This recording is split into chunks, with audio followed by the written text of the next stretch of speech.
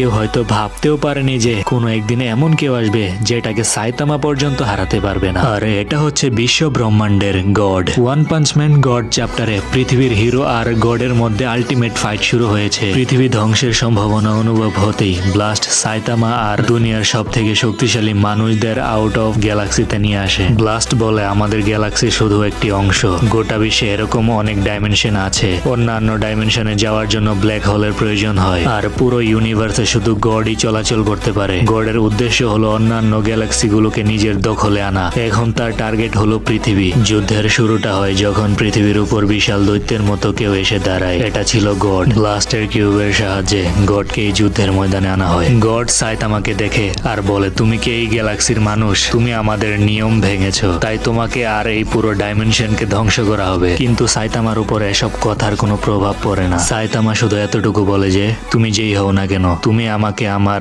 Weekend super মার্কেটে যাওয়ার থেকে আটকাতে পারবে না। এটা বলার পর সাইতামা তার সিরিয়াস পাঞ্চ মারে, আর গডও সাথে সাথে একটা পাঞ্চ মারে। দুজনের ঘুষি একসাথে হওয়ার পরে এর থেকে ডেঞ্জারাস এনার্জি বের হয়। এই ধামাকাতে বাকি সব হিরোরা দূরে গিয়ে পড়ে। গড অবাক হয়ে যায় যে একটা মানুষের শরীরে এত শক্তি থাকতে পারে। তারপর গড স্পিড অফ লাইটের হামলা করে, কিন্তু সাইতামা তার হাতের উপর লাফ দিয়ে ডাইরেক্ট গডের মাথায় একটা